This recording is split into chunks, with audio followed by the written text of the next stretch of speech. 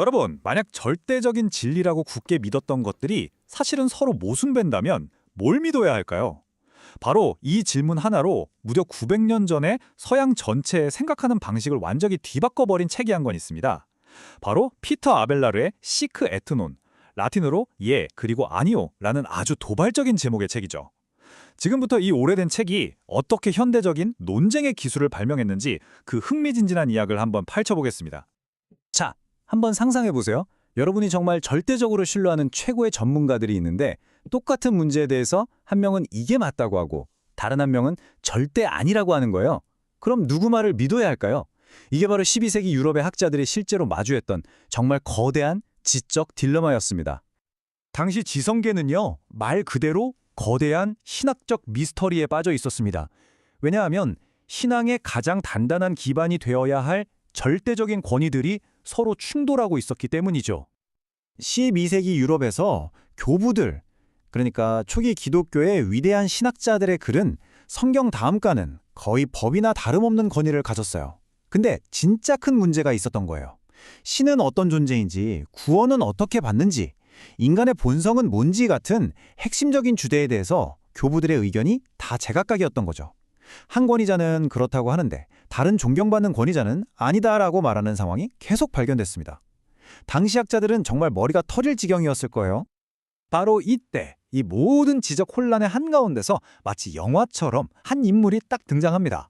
바로 당대의 이단아 혹은 슈퍼스타로 불렸던 사상가 피터 아벨라르였죠. 그는 이 골치 아픈 문제를 해결하기 위해 그 누구도 상상하지 못했던 아주 대담하고 새로운 도구를 꺼내들었습니다. 그가 내놓은 게 바로 시크레티논, 우리말로 하면 예, 그리고 아니오입니다. 이 책의 구조는요, 정말 충격적일 만큼 단순했어요. 총 158개의 중요한 신학 질문을 던집니다. 그리고 그 질문에 대해 교부들이 남긴 그렇다는 답변과 아니다라는 답변을 그냥 나란히 보여주는 거예요. 정답을 주는 대신 이 모순 자체를 모든 사람이 똑똑히 볼 수 있도록 수면 위로 확 끌어올린 거죠. 그러니까 예를 들면 이런 식이에요. 신은 모든 것을 할 수 있는가? 라는 질문을 던지고 한쪽에는 그렇다고 말한 권위자의 말을, 그리고 다른 한쪽에는 아니다, 신은 악을 행할 수 없으니 모든 것을 할 수는 없다고 말한 또 다른 권위자의 말을 그대로 보여주는 거죠. 아벨라르는 이 모순들을 덮어두는 게 아니라 오히려 논쟁의 한복판으로 그냥 끌고 나온 겁니다. 아니 그럼 대체 아벨라르의 의도가 뭐였을까요? 그냥 사람들 헷갈리게 만들어서 신앙에 대한 의심만 키우려고 했던 걸까요? 전혀요. 정반대였습니다. 그의 진짜 목표는요, 이 모순을 딱 보여주면서 자, 이제부터 생각할 시간이야 라고 말하고 싶었던 거죠.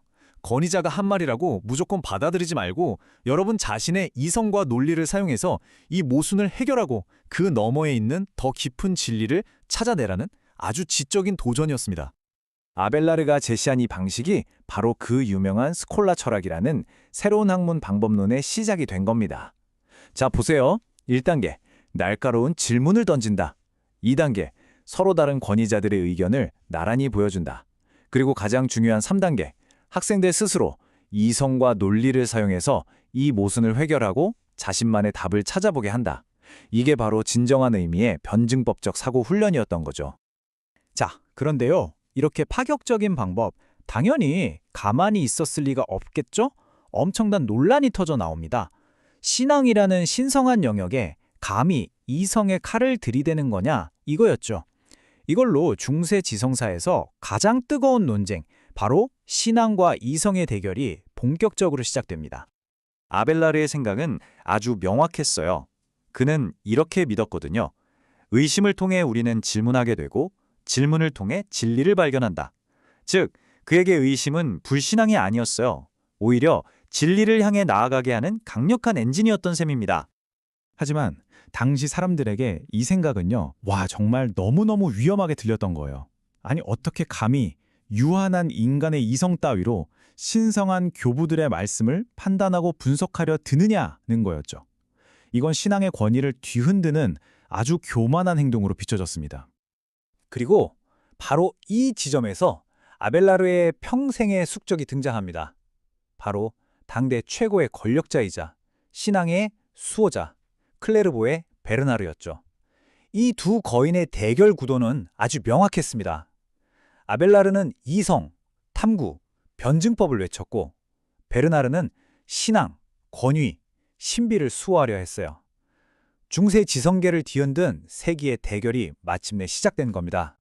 결론부터 말하면 이 싸움에서 아벨라르는 져요. 2단으로 찍히기까지 하죠. 그런데 참 역설적이게도 그는 졌지만 그의 아이디어는 이겼습니다.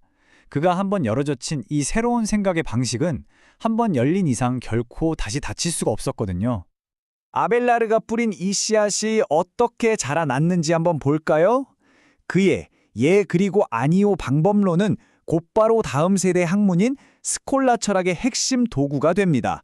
토마스 아퀴나스 같은 거장들이 바로 이 방법을 사용해서 신학을 거대한 논리 체계로 완성시켰죠. 여기서 그치지 않고 수백 년이 흘러서 계몽주의 시대의 비판적 합리주의, 그리고 오늘날 우리가 당연하게 생각하는 비판적 사고방식의 뿌리가 되었습니다. 그러니까 결국 아벨라르의 방법이 신앙을 파괴한 게 아니었던 거죠. 오히려 신학이라는 분야에 논리적 일관성과 학문적 엄밀함이라는 아주 강력한 새 장비를 선물해 준 셈입니다. 덕분에 신학은 그냥 맹목적으로 믿는 대상을 넘어서 치열하게 지적으로 탐구하는 학문으로 한 단계 성숙할 수 있었습니다. 물론 이 방법이 남긴 유산에는 빛과 그림자가 다 있습니다. 긍정적인 면을 보자면 신학을 아주 논리적이고 성숙한 학문으로 만들었다는 점이죠. 하지만 동시에 끊임없이 질문을 던짐으로써 단순한 믿음이 주는 그 확신을 흔들었고 자칫 잘못하면 이성이 신앙을 지배해버릴 수도 있다는 위험의 문을 열기도 했습니다. 자, 이제 슬슬 이야기를 마무리해볼까요? 900년 전 한 학자가 던졌던 이 대담한 도전은 과연 오늘을 사는 우리에게 어떤 의미를 가질까요? 핵심만 딱 정리해드릴게요. 시크웨트 노는은 그냥 오래된 책이 아니라 서양 사상의 물줄기를 바꾼 거대한 전환점이었습니다. 논리를 신앙을 더 깊이 파고드는 도구로 만들었고 권위와 이성 사이에 아주 생산적인 긴장감을 만들어냈죠. 그리고 그 유산이 바로 우리가 지금 너무나 당연하게 여기는 비판적 사고의 진짜 시작점이 된 겁니다. 마지막으로 여러분께 이 질문을 한번 던져보고 싶어요. 900년 전 아벨라르가 신학에 던졌던 그 질문처럼 오늘날 우리가 가진 믿음들, 그게 종교적인 믿음이든 과학적인 믿음이든 혹은 정치적인 믿음이든 에 대해서 스스로 예와 아니오를 나란히 놓고 불편한 질문을 던져본다면 어떨까요? 어쩌면 그 믿음은 흔들리는 게 아니라 오히려 더 단단하고 깊어질 수 있지 않을까요? 이 생각할 거리를 남기면서 오늘 이야기는 여기서 마치겠습니다. 네? 좋네요. 피터 아벨라르라는 사람이 말하자면은 그 바로 전에 롬바르드라는 사람이 교부들의 신학적인 그런 결론들을 모아서 명제집을 만들었다면 그 명제집들을 참고하고 외우고 또 그 교부들의 말들을 잘 생각을 해봤을 때 똑같은 신학적인 질문에 대해서 어떤 교부와의 답과 어떤 교부의 답이 모순이 돼 보이는 그런 현상들을 잘 찾아내서 그것을 질문으로 주고 거기에 대해서 스스로 생각해 볼 수 있도록 유도하는 책을 썼다는 거죠. 네? 또 그것이 이제 최초로 신학계에 신학적인 신학이라는 학문을 좀 더 이성적인 논리적인 그런 면으로 접근할 수 있는 길을 연 진정으로 스콜라 철학, 스콜라 신학이 시작될 수 있도록 방법론을 연 그런 면이었다. 그런데 이제 시작에서는 이단으로 몰리는 그런 면도 겪었다. 뭐 이런 이야기인 것 같네요. 잘 들어봤네요. 좋네요.